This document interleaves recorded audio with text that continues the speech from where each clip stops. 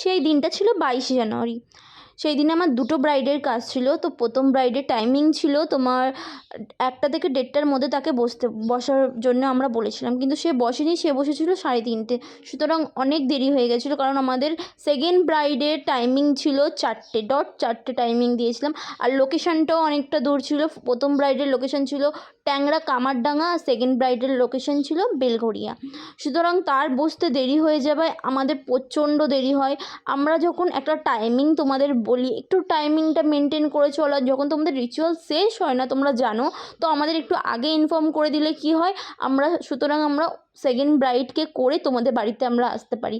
তোমরা কি হয় যে তোমাদের বাড়িতেই যাই, তখন তোমরা আমাদের বসিয়ে রাখো, তো তাহলে কি হয় না, আমরা ওই টাইমিংটা আমাদের ওয়েস্ট যায়, তো আমরা আগের কাজটা আমরা আগে করে আসতে পারতাম।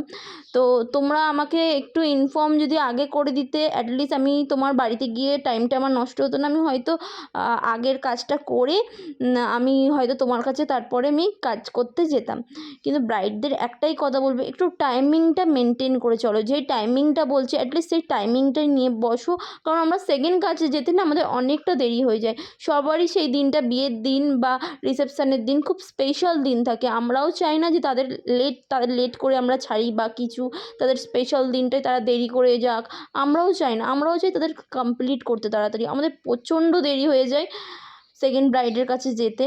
তারপরে তাড়াহুড়ো করে আমরা সেকেন্ড ব্রাইডের কাছে গিয়ে তাকে রেডি করলাম। তাড়াহুড়ো করে রেডি করার পর ঈশার কিছু কথা ছিল, এক্সপিরিয়েন্স হয়েছে। সারাদিন প্ল্যাটফর্মে দৌড়ে দৌড়ে, ট্রেন পাইনি, মিছিল, অটোও খারাপ হয়ে গেছে, এই করে সাজানো।